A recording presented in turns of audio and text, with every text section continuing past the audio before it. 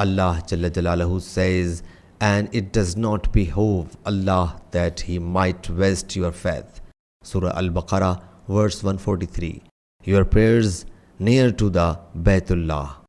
Hazrat Bara radiallahu anhu has reported that when Prophet sallallahu alaihi wasallam arrived Medina Munawwara, he stayed with his paternal relatives, or he said with his paternal uncles from the Ansars. And he performed prayer facing towards Baytul Muqaddas for 16 or 17 months, and wished Baytullah would be made Qibla. The first prayer which he performed towards it was the Asr prayer, and people also performed the prayer along with him. One of the people who had performed prayer with him happened to pass by a mosque where people were performing prayer.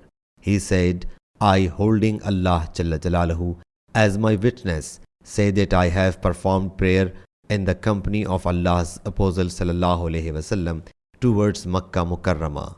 Thus, they turned towards Baytullah in the same position, whereas the Jews and other people of book liked the performance of prayer facing Baytul Muqaddas.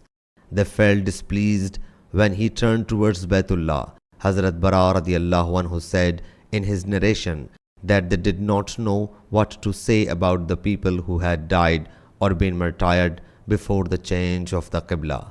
Hence Allah Jalla Jalaluhu revealed, and it does not behove Allah that He might waste your faith.